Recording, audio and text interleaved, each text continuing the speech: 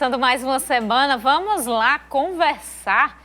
Esse final de semana todo mundo ficou muito eufórico aí com boas notícias em relação aos números do novo coronavírus aqui no Rio Grande do Norte. Teve um momento aí de fila zerada durante o domingo.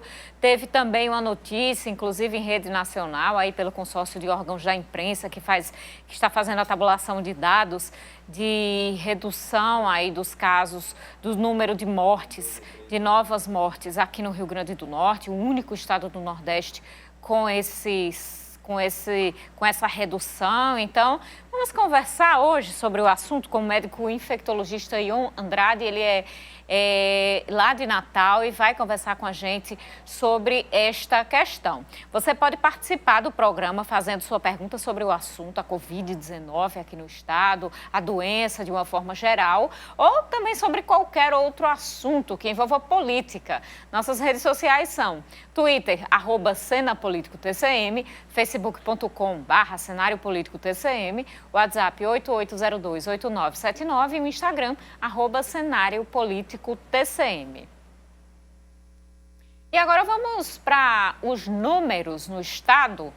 Os números desta segunda-feira aqui no Rio Grande do Norte mostram 39.598 casos confirmados, 1.399 mortes, 52.274 casos suspeitos, 187 mortes por investigação. A ocupação dos leitos nas regiões é a seguinte: região Oeste, 94%, Pau dos Ferros, 50%, região metropolitana de Natal, 81%, região Seridó, 73%, Mato Grande, 71%. Como vocês podem ver aí acima de um número que é considerado razoável pelo governo do estado somente aqui na região Oeste. A fila de espera pela UTI neste momento está em 7 pacientes e a fila de espera por transporte sanitário está em 10 pacientes, aguardando o transporte para a transferência.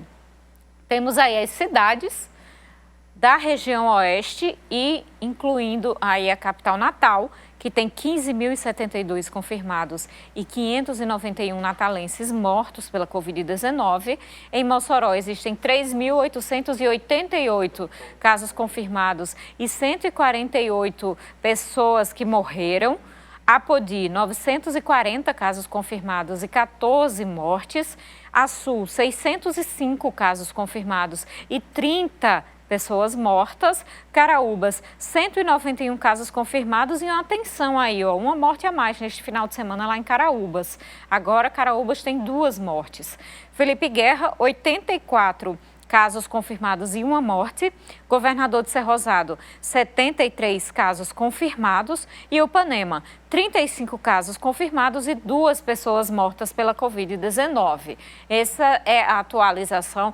Nas cidades existe aí uma variação entre números de hoje e de ontem.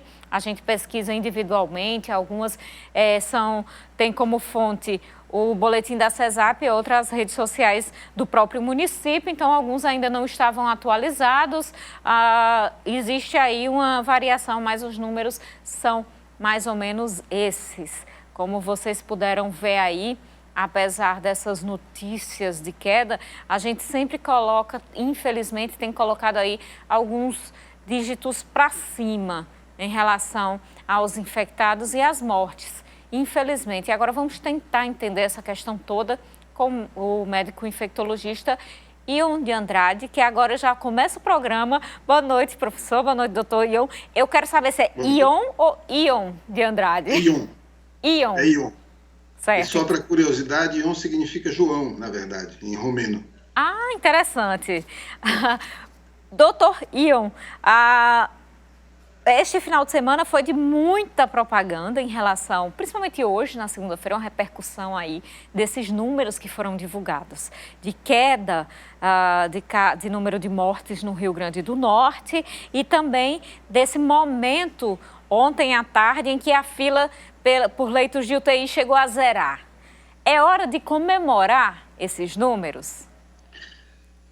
Veja só, eu diria que o resultado de sucesso em algo que foi muito custoso para a comunidade norte-riograndense, porque houve um estresse muito grande de todos nós, um esforço muito grande de conduzir esse processo. Todos nós nos estressamos com as pessoas que não estavam obedecendo o isolamento social, nos esforçamos para fazer o melhor possível, trabalhamos muito.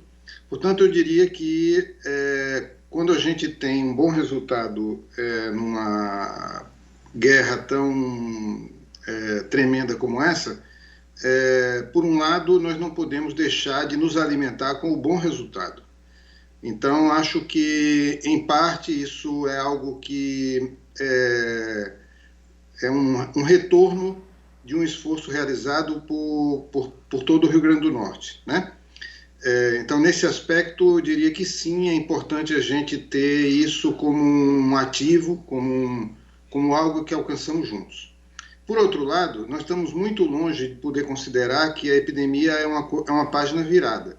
Na verdade, essa é uma primeira peleja em que nós começamos a construir saídas, né?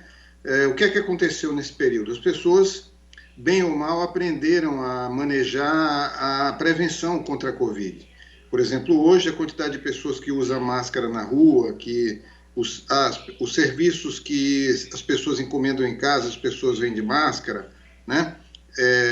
Em toda a parte as pessoas usam máscara. No início da pandemia havia localidades em que as pessoas não usavam máscaras e hoje utilizam.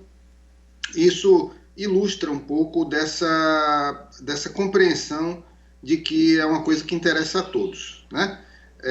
Para além disso, acho que hoje as pessoas seguem mais essas recomendações do distanciamento social, de não se aproximar muito umas das outras, e o que a gente constata é que a cadeia epidemiológica que dava sustentação à epidemia, parece que ela vai se enfraquecendo.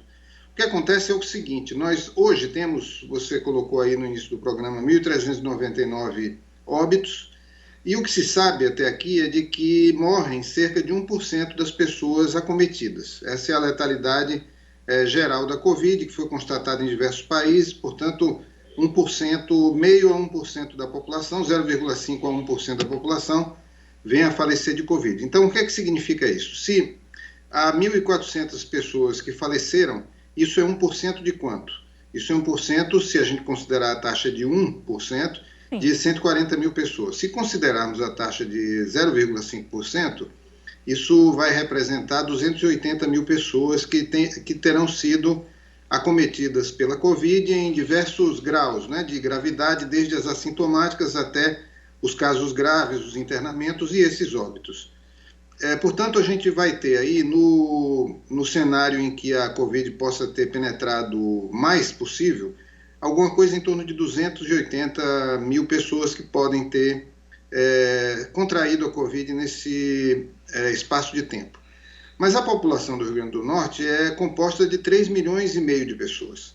Portanto, há ainda uma quantidade muito grande de pessoas que não entraram em contato com o vírus e que poderiam, se a nossa defesa, a nossa guarda baixar, nossos cuidados baixarem, poderiam ainda assim adoecer e produzir novos surtos epidêmicos em municípios, em bairros, né?